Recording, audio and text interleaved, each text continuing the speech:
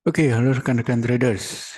Kali ini saya akan bahas satu emiten yang menurut saya harga sahamnya itu murah secara valuasi fundamental.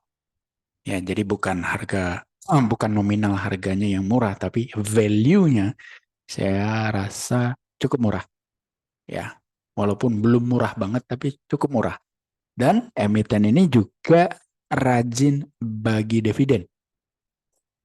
Seperti itu, rajin bagi dividen. Belum lama IPO. Jadi bagi saya IPO lama itu di atas 10 tahun ya. Ini belum lebih dari 10 tahun. Belum. Jadi baru sekitar 4 atau 3 tahun yang lalu dia IPO. Ya. Nah, sebelum saya kasih tahu apa nama emitennya, coba Anda lihat terlebih dahulu summarize-nya ya. Emiten ini punya aset 2,2 triliun sekitar itu. Total kewajibannya adalah 1 triliun. Equity-nya adalah 1,2 triliun. Market cap saat ini ada di kisaran 1,1 triliun. Emiten ini juga baru saja merilis laporan keuangan full year 2022, di mana net profit growth-nya adalah 168% berbanding tahun 2021 full year. Jadi secara kinerja keuangan bagus ya, net profit-nya bertumbuh. Kemudian Anda bisa lihat di sini market cap-nya itu masih lebih rendah daripada equity-nya. Dan ada satu kunci, bukan kunci ya, ada satu lagi hal positif lainnya selain daripada rajin bagi dividen, yaitu emiten ini punya kas 1T, kas dan setara kas 1 triliun kalau nggak salah. Ya. Oke, kita langsung saja melihat laporan keuangannya yang saya dapatkan dari Stockwit ya. Anda bisa lihat di sini. Total aset adalah hampir hampir 2,2 triliun ya. Kemudian Anda bisa lihat di sini kas dan setara kas 1 triliun. Total kewajibannya 1 triliun. Jadi kas yang ada, kas dan setara kas yang ada, kalau dia mau ngelunasin semua kewajiban bisa nggak? Bisa. Ya, dia mau ngelunasin semua kewajiban bisa. Ya. Kemudian ekuitasnya, total equity-nya adalah 1,162 triliun. Jadi kalau saya summarize tadi biar gampang dilihat di sini, kalau kas ini menutupi kewajiban, jebret, berarti kewajibannya menjadi nol.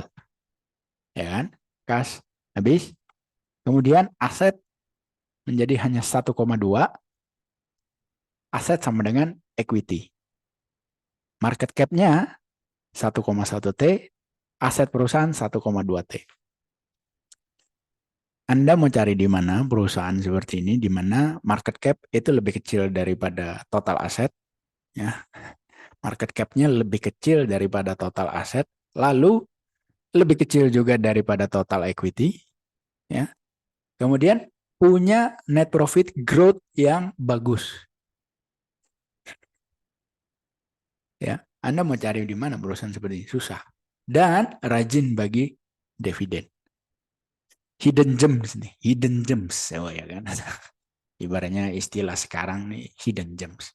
Tapi emiten ini ada satu hal yang saya kurang suka, yaitu kalau nggak salah emiten ini BUMN punya. Loh, kenapa saya tidak suka dengan perusahaan BUMN?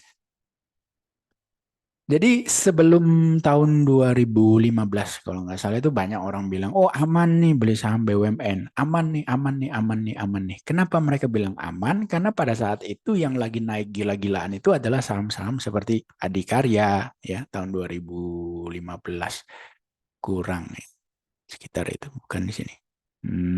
Nah, di sini. Nah, jadi sebelum tahun 2015 itu orang bilang, oh bagus pegang saham BUMN nih. Buktinya lihat aja Adikarya, Wika ya kan naik kenceng-kenceng ya. Nih ya di sini 2013, 2012 naik kenceng sampai 2014. Terus ada PTPP ya kan. Wah, naik kenceng bagus nih. Ada Waskita, pegang BUMN bagus, begini-begini bla bla. Sekarang apa yang terjadi dengan saham-saham ini? Jadi sampah enggak? Ya, sekarang kan jadi sampah, ya. Jadi sampah semua. Mas kita juga di situ, Wika sekarang harganya hancur-hancuran juga, ya kan? PTPP pun juga hancur-hancuran, ya kan? Terus BUMN selain konstruksi apa? Ada Antam, ya, harganya begitu-begitu saja, ya kan? Kalau komoditas naik baru Antam naik, kalau komoditas nggak naik ya di situ-situ aja. Terus ada Tins, Timah, Anda bisa lihat sendiri seperti apa. Dan Anda tahu bahwa Timah, Antam itu ibaratnya merupakan perusahaan yang bagus sebenarnya secara bisnis. Tapi yang saya tidak suka dari BUMN itu adalah leadernya itu akan selalu berganti sesuai dengan siapa yang memegang tampuk pimpinan negara ini pada saat itu. Jadi bisa saja ada politik terima kasih di sana. BUMN sangat-sangat berisiko untuk dijadikan tempat untuk berterima kasih. Jadi bisa saja bukan orang yang tepat untuk memimpin perusahaan tersebut ditaruh di sana. Ya, bukan orang yang tepat untuk memimpin tapi ditaruhnya di sana. Sedangkan orang yang tepat memimpin di satu BUMN malah tidak disupport. Ada, saya nggak perlu sebut ya. Untungnya sekarang perusahaan itu dari punya utang besar, terus selalu menghasilkan laba rugi. Sekarang perusahaan itu berangsur-angsur membaik. Saya lihat sih karena salah satu faktornya adalah pimpinannya, direktur utamanya juga orang yang baik. Ya kan, dia memang spesialis memperbaiki perusahaan-perusahaan sakit. Wah, hebat itu. Ya, cuma waktu itu belum disupport oleh pemerintah ya. Jadi selama bertahun-tahun dia pegang ya masih aja sakit. Nah, sekarang sudah agak disupport, langsunglah berbalik menjadi sehat ini perusahaan. Bisa ya, belum sehat-sehat banget, utangnya masih besar, tapi paling tidak sudah bisa menghasilkan laba setelah bertahun-tahun mengalami kerugian. Jadi perusahaan BUMN ini punya resiko untuk itu, di mana bukan orang yang tepat ditaruh di situ untuk memimpin perusahaannya. Itu yang saya tidak suka. Nah, tapi untuk emiten ini kita tidak membahas ke sana dulu, tapi secara fundamental adalah seperti ini, dan nama emitennya adalah IPCC, Indonesia Kendaraan Terminal Tbk. Ya kan?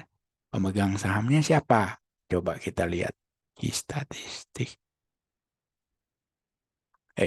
Sorry. Di sini pemegang saham lihat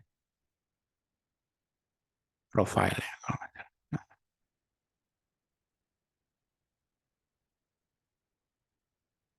PT Pelindo Multi Terminal ya kan, BUMN yang pegang, perusahaan milik negara.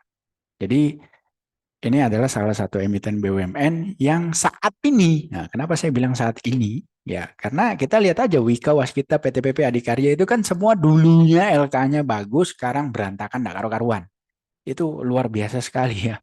Membuat suatu perusahaan yang tadinya baik menjadi nggak karu-karuan. Luar biasa itu susahnya sebenarnya.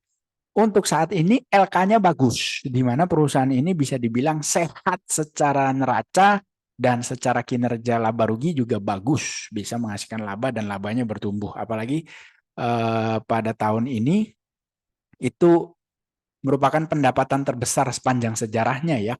Kalau berdasarkan laporan keuangan yang ada di sini, di mana total pendapatannya 727 miliar, yang merupakan pendapatan tertinggi sejak data ini ada, yaitu tahun 2017. Anda bisa lihat tumbuh, COVID drop, tahun 2021 langsung rebound, ya kan? Sekarang 2022 dia membaik, jauh lebih baik daripada sebelumnya. Ini merupakan salah satu emiten yang saya anggap secara value murah. Apakah saya punya? Belum, saya belum punya. Nah, kenapa perusahaan bagus kok saya belum punya? Ya, saya masih nawar. Kalau dia mau turun lagi ke harga yang saya inginkan, baru saya beli. Kalau enggak, saya nggak mau. Seperti itu, simpelnya. Jadi bukan berarti menemukan perusahaan bagus langsung dibeli gitu. Enggak, saya nggak mau. Santai aja. Kenapa? Ya, karena saya akan pegang dalam jangka waktu yang lama. Sebelum saya pegang, ya saya tawar dulu lah. Daripada saya udah buru-buru beli, kemudian harganya turun, nggak ada kesempatan lagi untuk nawar. Karena saya udah punya barangnya, udah terlanjur masuk. Nggak ada cerita kalau udah beli, kan begitu. Mumpung belum punya nih, ya udah saya tawar aja dulu. Terus kalau misalnya harga sahamnya terbang, Pak, sebelum dibeli, ya udah bukan rezeki saya, gitu aja kok repot, ya kan. Nah, sekarang bagaimana menurut Anda? Apakah Anda tertarik untuk beli saham ini? Silakan sampaikan di kolom komentar. Kita mungkin juga bisa akan ada diskusi kecil-kecil di komentar. Ya, terima kasih sudah menyaksikan video ini dan sampai jumpa di video berikutnya.